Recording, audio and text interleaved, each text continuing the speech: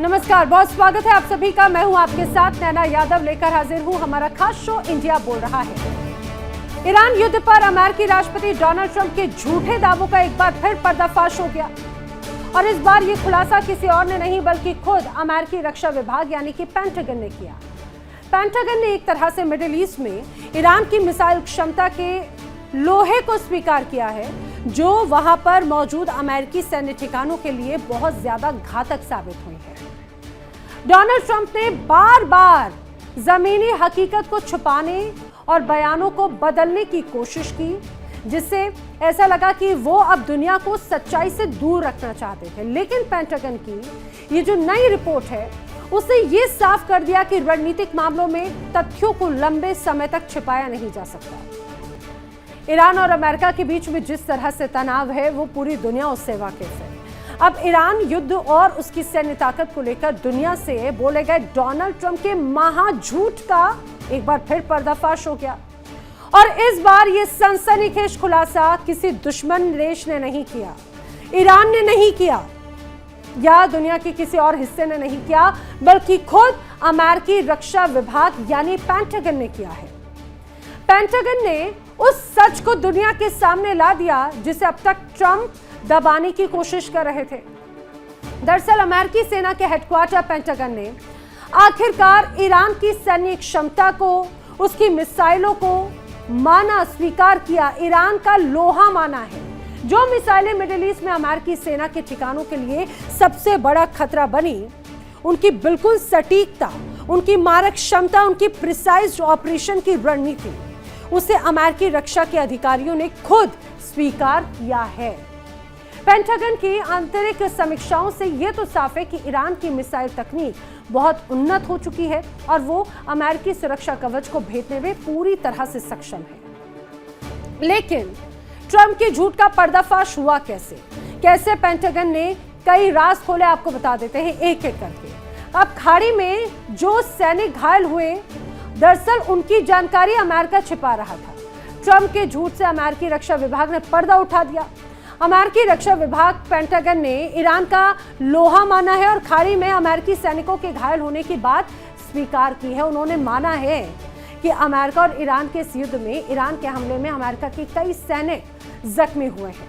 Iran के जवाबी हमले में 100 से ज्यादा अमेरिकी सैनिकों के घायल होने की बात कही गई। 7 जुलाई के बाद जो हमले हुए उसमें 100 से ज्यादा अमेरिकी सैनिक घायल हुए। इतना ही नहीं, अब तक कुल 17 अमेरिकी सैनिकों की मौत की पुष्टि पेंटागन की तरफ से की गई। हाल ही के दिनों में 3 अमेरिकी सैनिकों की जान गई है। अब शुक्रवार को जॉर्डन में जो हमले हुए उसमें 2 अमेरिकी सैनिक मारे गए। पेंटागन के मुख्य प्रवक्ता शॉन पार्टलन ने बाकायदा ये जानकारी दी और जिस तरह से पेंटागन के मुख्य प्रवक्ता की तौर से जो बातें कही गई, उससे जो सारी बातें अभी तक अमेरिकी राष्ट्रपति डोनाल्ड ट्रंप कहते आए थे, वो एक बड़ा गुब्बारा जो बनाते हुए नजर आए थे, वो फूट चुका है। डोनाल्ड ट्रंप लगातार इन सारे तर्कों से अलग हकीकत पर पर्दा डालते रहे। बार बार सार्वजनिक मंचों से ये दावा करते रहे कि भाई उनके दौर में ईरान पूरी तरह अलग थलग हो गया, ईरान पूरी तरह कमजोर हो गया, ईरान की सेना नहीं बची, ईरान के हथियार खत्म हो गए, ईरान आधे से ज्यादा ईरान को हमने बर्बाद कर दिया। ये शब्द थे डोनाल्ड ट्रंप के। उन्होंने कहा हम जीत के नजदीक हैं, हम अमेरिका को झुकाने के नजदीक हैं, हमारा नुकसान नहीं हुआ। ये डोनाल्ड ट्रंप बार बार दोहराते नहीं, एक नहीं कई मर्तबा उनकी तरफ से बात कही गई।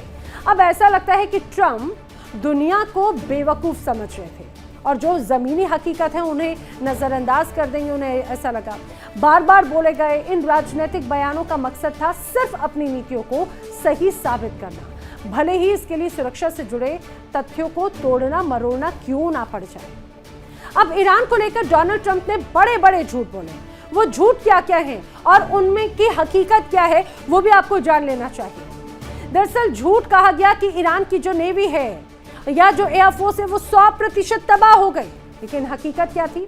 ईरान के पास में हजारों मिसाइलें, हजारों ड्रोन हमलों की क्षमता आज भी बरकरार है। अमेरिका ने झूठ कहा कि ईरान के सभी पुराने नेता मारे जा चुके हैं। वहां कब कट्टरपंथी नया ग्रुप अब जो था पहले था वो नया, ऐसा कुछ नहीं है। लेकिन हकीकत ईरान का इस्लामिक शासन अभी भी बरकरार है। पहले आयतुल्लाह अली खामनेई रिजीम चला रहे थे, अब खामनेई के बेटे मुश्तबा, जो कि और भी कट्टर माने जाते हैं, वो रिजीम चला रहे हैं। अमेरिका की तरफ से, डोनाल्ड ट्रंप की तरफ से एक और बड़ा झूठ परोसा गया कि मिनाब शहर के स्कूल पर हमला ईरान ने किया था, जिसमें 175 बच्चे नागरिक मारे गए। लेकिन हकीकत क्या थी? अमेरिकी सेना की जांच में सामने आया कि वो गलती से गिरी एक अमेरिकी मिसाइल से हमला हुआ था। अमेरिका ने झूठ कहा कि अमेरिका अब मिडिल ईस्ट के तेल पर बिल्कुल निर्भर नहीं है। लेकिन हकीकत यह है कि आज भी अमेरिका फारस की खाड़ी से भारी मात्रा में तेल आयात करता है। युद्ध से अमेरिकी बाजारों में तेल की कीमतें बढ़ी हैं। डोनाल्ड ट्रंप ने एक और बड़ा झूठ कहा कि युद्ध में अमेरिकी विमान सिर्फ फ्रेंडली फायर से गिरे हैं। लेकिन हकीकत है कि ईरान की जो हीट सीकिंग मिसाइलें हैं, उसने अमेरिका के F-15 और A-10 जैसे कई बड़े लड़ाकू विमानों को ध्वस्त कर दिया, मार गिराया। ट्रंप इस तरह की बयानबाजी लगातार देते रहे, ऐसी बयानबाजी करते रहे जिनकी जमीनी हकीकत कुछ थी ही नहीं। पेंटागन ने साफ कर दिया कि मिडिल ईस्ट में अमेरिकी फौजें जिस खतरे का सामना कर रही हैं, उसे सिर्फ राजनीतिक दावों से कम नहीं किया जा सकता। ईरान की मिसाइलें आज उस क्षेत्र में अमेरिकी रणनीतियों के लिए एक गंभीर चुनौती बनकर खड़ी है, जिसे छुपाना अब नामुमकिन हो गया है। करेंगे चर्चा, खास मेहमानों का पैनल मेरे साथ में कनेक्ट हो रहा है, जल्दी से आपको मिलवा देती हूँ। Defence expert retired major general Rajan Kochar ji मेरे साथ कनेक्ट हो रहे हैं। Defence expert retired captain Shyam Kumar ji मेरे साथ कनेक्ट हो रहे हैं। अमेरिका से geopolitical expert doctor Dheeraj Kaul मेरे साथ में कनेक्ट हो रहे हैं।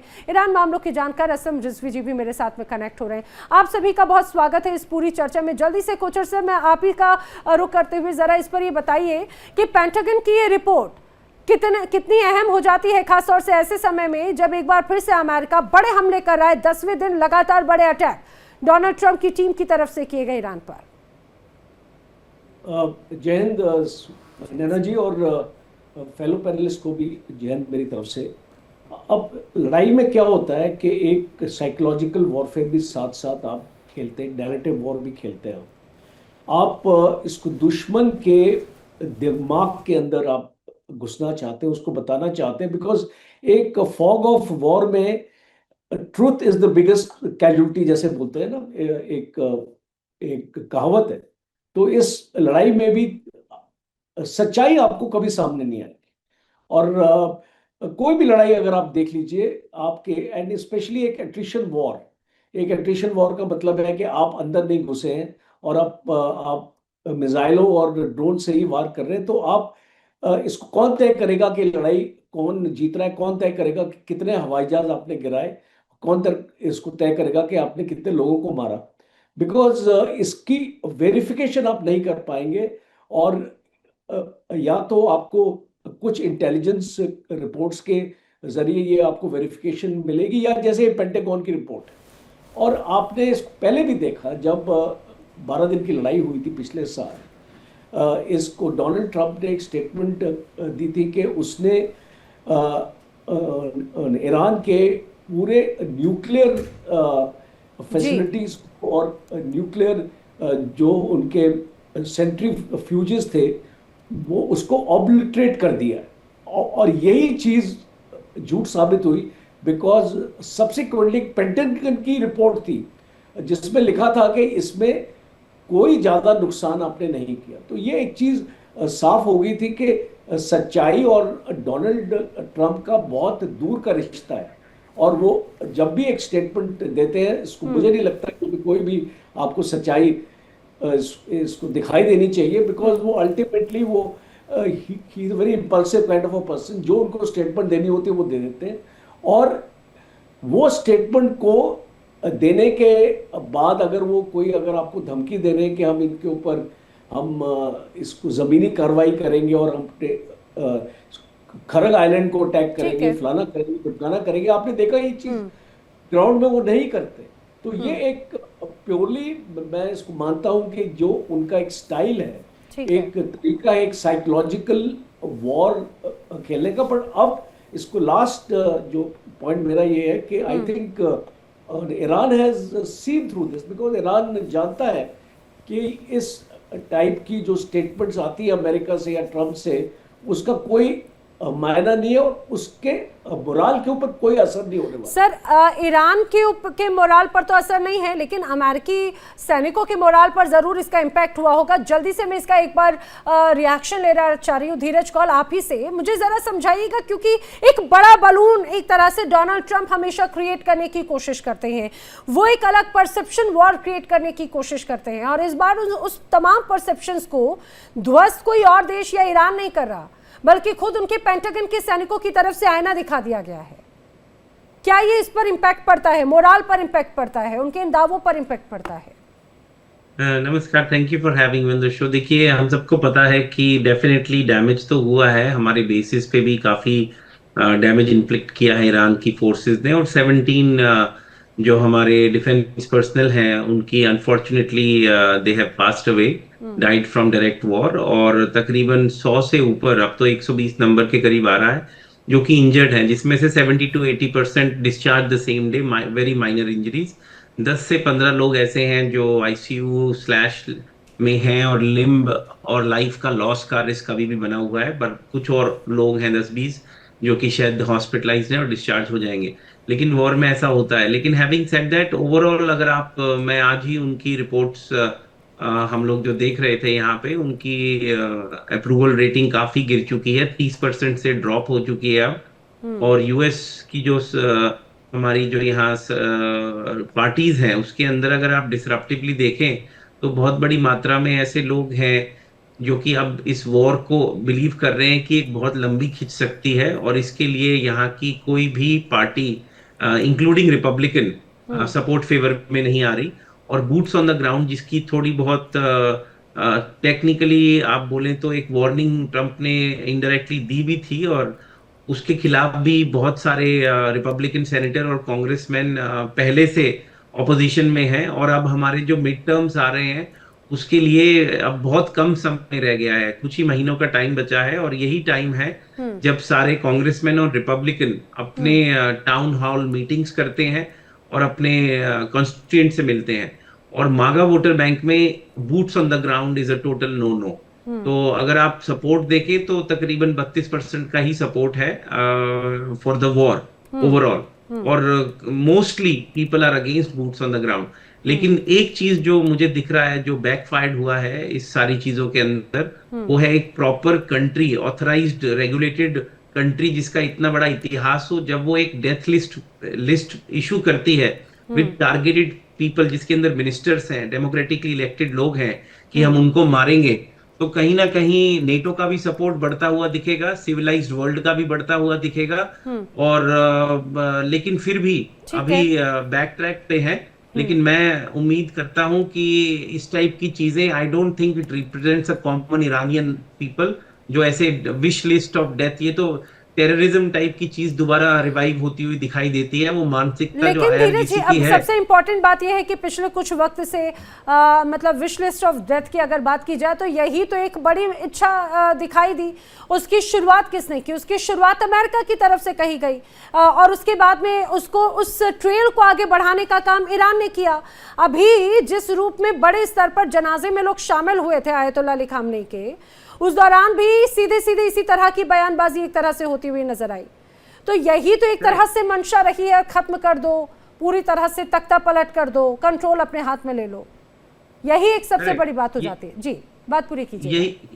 यही तो एक प्रॉब्लम है कि दो रॉन्ग्स एक राइट को नहीं करते। मैं आज भी इस बात का बिल्कुल ऑपोजिशन करता हूँ। आयतुल्लाह जी की जो भी पॉलिटिकल एफिलियंसेस हो, कैसे भी हो, वो एक रिलीजियस लीडर थे एक बहुत बड़े एथनिक ग्रुप के, तो उनको पहली स्ट्राइक में उड़ा देना, इसके खिलाफ अमेरिका में भी बहुत प्रोटेस्ट हुए, ये मत भूलिए। और यहाँ पे भी जिस हिसाब से इनोसेंट लोग गाजा में मरे हैं, या बेरूत में, लेबनान में जो डेथ एंड डिस्ट्रक्शन हुई है, उसके ऑपोजिशन में अमेरिका के बहुत लोगों ने आवाज उठाई है। इसमें कोई दोहराई नहीं है, ये हमारी हिस्ट्री का एक ब्लैक पेज रहेगा, और फ्यूचर जनरेशन जरूर पूछेंगे कि आप लोग क्या कर रहे थे।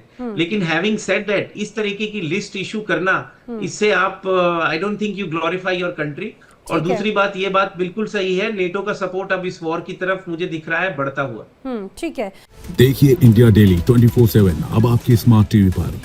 इंडिया डेली मौजूद है सभी डिजिटल प्लेटफॉर्म पर लाइव और लगातार। इंडिया डेली 24/7 हर दिन राष्ट्र को समर्पित।